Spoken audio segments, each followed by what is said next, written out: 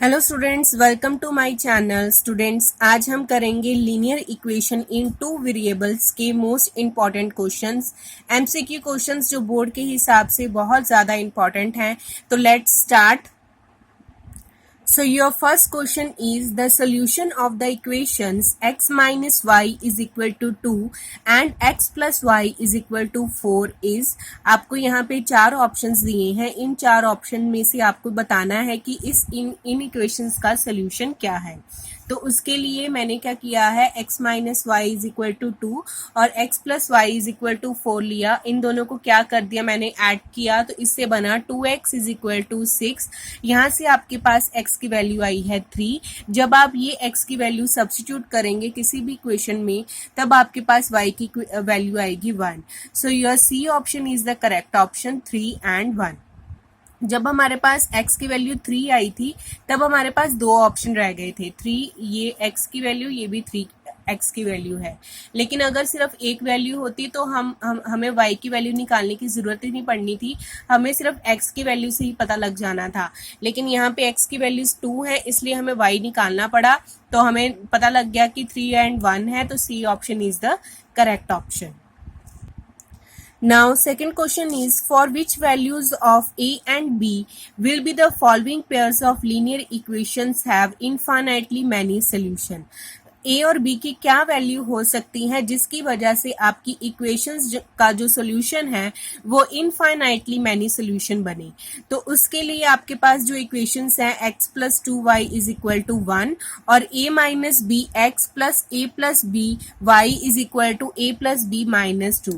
तो आपको उसके लिए इनफाइनाइटली मैनी सोल्यूशन वाला फॉर्मूला लगाना पड़ेगा। तो वो क्या होता है, a1 by a2 is equal to b1 by b2 is equal to c1 by c2। अब आपको वैल्यूज पुट ऑन करनी है, तो ये बनेगा 1 बाय यहाँ से a माइनस बी और ये बनेगा 2 बाय a प्लस बी और यहाँ से बना 1 by a plus b minus 2। अब आपने फर्स्ट टू इक्वेशंस और लास्ट टू इक्वेशंस को क्रॉस मल्टीप्लाई करेंगे तो आपके पास इक्वेशंस बनेगी। इसको इसके साथ क्रॉस मल्टीप्लाई किया तो ये बना a plus b is equal to, ये बना मल्टीप्लाई करके 2a माइनस बी। अब यहाँ पे लास्ट टू को करना है क्रॉस मल्टीप्लाई, तो ये बनेगा 2 multiply by a plus b minus 2 और जब आपने इनको मल्टीप्लाई किया तो ये बना a plus b. By solving this आपके पास आंसर आया a minus 3b is equal to 0 और a plus b is equal to 4। अगर अब आप सब्ट्रैक्ट करें तो यहाँ से a और यहाँ पे माइनस a बनेगा, वो कट जाएंगे, तो ये बनेगा minus 3b minus b is equal to 0 minus 4। तो यहाँ से b की वैल्यू आपके पास आ गई 1। ठीक है जी। अब b की वैल्यू आपके पास 1 है, तो अब b की वैल्यू जो कि कितने ऑप्शंस हैं, 3 ऑप्शंस हैं b इज इक्वल टू 1 के लिए। तो मतलब आपको a की वैल्यू निकालनी ही पड़ेगी। तो a की वैल्यू आपने यहाँ पे सब्स्टिट्यूट करके निकाली, तो a minus 3 is equal to 0, तो a की वैल्यू आ गई 3। That means D option is the correct option, a is equal to 3 and b is equal to 1। Now third question is, a shopkeeper gives books on rent for reading. She takes a fixed charge for the first 2 days and additional charge for each day thereafter. Rima paid rupees 22 for a book kept for 6 days while Ruchika paid rupees 16 for the book kept for 4 days. Then the charges for each extra day is rupees 4, 5, 3 या 2। ठीक है जी। अब आपको दो चीजें यहाँ पे given है, एक तो फिक्स चार्ज गिवन है और एक क्या चार्जेस हैं, एडिशनल चार्जेस हैं। तो हम लेट कर लेते हैं x फॉर फिक्स चार्जेस और y फॉर एक्स्ट्रा चार्जेस। तो इक्वेशंस क्या बनेंगी, उनकी इक्वेशंस क्या बनेगी, फॉर उसने दिए हैं आपके पास।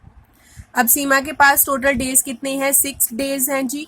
तो अब आपके पास, आपको पता है कि फर्स्ट 2 डेज के लिए तो फिक्स चार्ज लगता है, तो दैट इज x प्लस बाकी 6 डे में से कितने दिन बच गए, 4 दिन बच गए, तो उसके लिए कितना देना पड़ेगा, एक्स्ट्रा चार्ज देना पड़ेगा। तो x plus 4y is equal to कितना दिया है उसने, 22 रुपीज, तो इक्वल टू 22। अब रुचिका ने कितने दिन के लिए रखा है, 4 डेज के लिए। उसमें से 2 डेज किसके लिए आ जाएंगे, फिक्स चार्ज के लिए आ जाएंगे और 2 डेज किसके लिए आ जाएंगे, एक्स्ट्रा चार्ज के लिए आ जाएंगे। तो x प्लस 2y और उसने कितने पैसे दिए हैं, 16, तो इक्वल टू 16।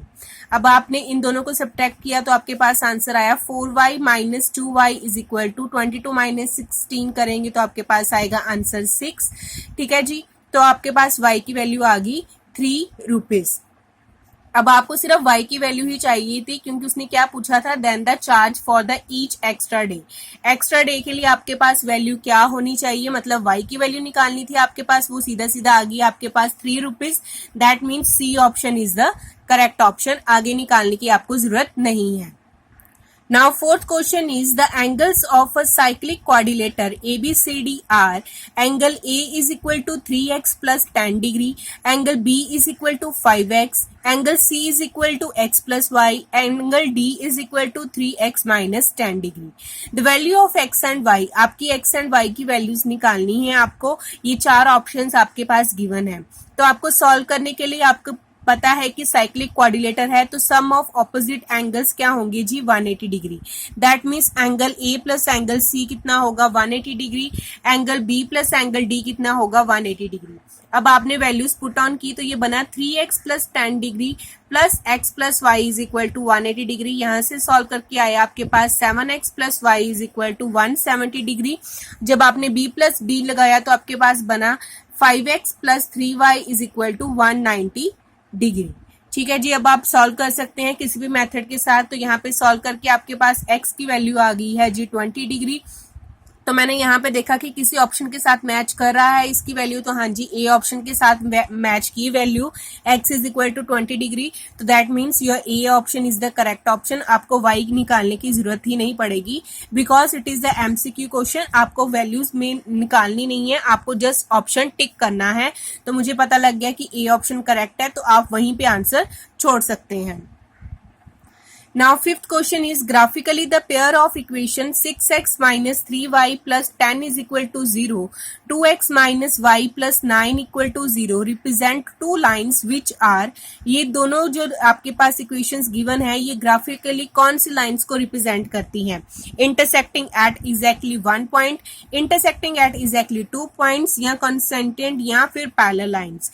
ठीक है जी, तो इसके लिए आपको क्या करना पड़ेगा, आपको निकालनी पड़ेगी इसकी वैल्यू a1 by a2 की, b1 by b2 की एंड c1 by c2 की। तो आपने उसकी वैल्यूज निकाली सारी, तो ये बना 6 by 2 दैट इज 3 by 1, यहाँ पे बना -3 by -1, ये बना आपका 3 by 1, और c1 by c2 की वैल्यू बनी है 10 by 9। तो ये बना a1 by a2 इक्वल आ रहा है आपका b1 by b2 के, लेकिन नहीं इक्वल आ रहा, not equal to c1 by c2। That means lines जो हैं वो पैरेलल हैं। ये पैरेलल लाइन का आपका फॉर्मूला बना है, that means D option is the correct option.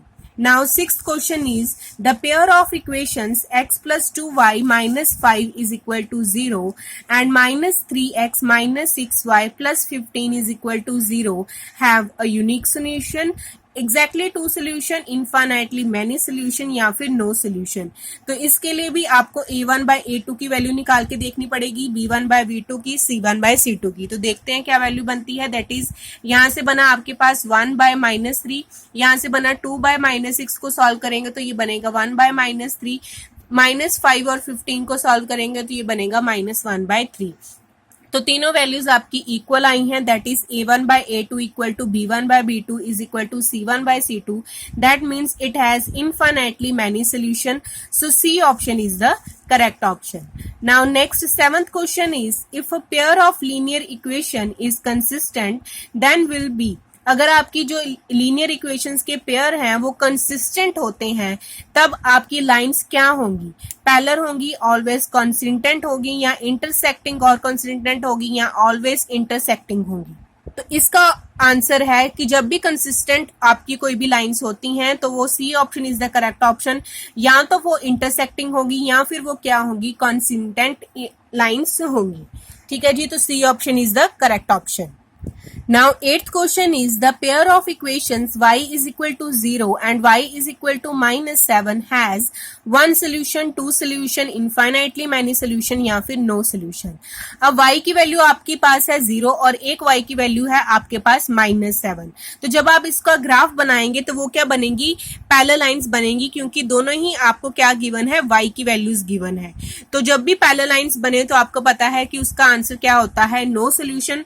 So D option is the the correct option, no solution. Now ninth question is, if the lines given by 3x plus 2ky is equal to 2, 2x plus 5y plus 1 is equal to 0 are parallel, then the value of k is.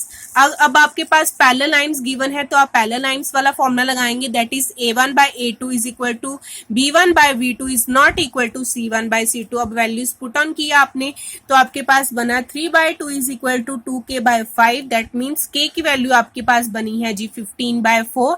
तो that means C option is the correct option. Now next 10th question is, the value of C for which the pair of equation cx minus y is equal to 2 and 6x minus 2y is equal to 3 will have infinitely many solutions. आपके पास value की C की value क्या हो कि ये दोनों जो equations आपके पास गिवन है वो क्या बन जाए, इनफाइनाइटली मैनी सॉल्यूशंस बन जाए. तो आपने इसके लिए क्या करना है, इनफाइनाइटली मैनी सॉल्यूशन का फॉर्मूला लगाना है, that is a1 by a2 is equal to b1 by b2 is equal to c1 by c2. तो यहां से अब आप वैल्यूज पुट ऑन करेंगे तो ये बनेगा 6c by 6 is equal to -1 by -2. यहां से बना तो यहां से आपकी c की वैल्यू सॉल्व करके आती है जी 3. That means your A option is the correct option. So students, मैंने आपके साथ मोस्ट इंपॉर्टेंट क्वेश्चन डिस्कस किए हैं. आई होप आपको समझ में आए होंगे. If you like this video then subscribe my channel. Thank you so much.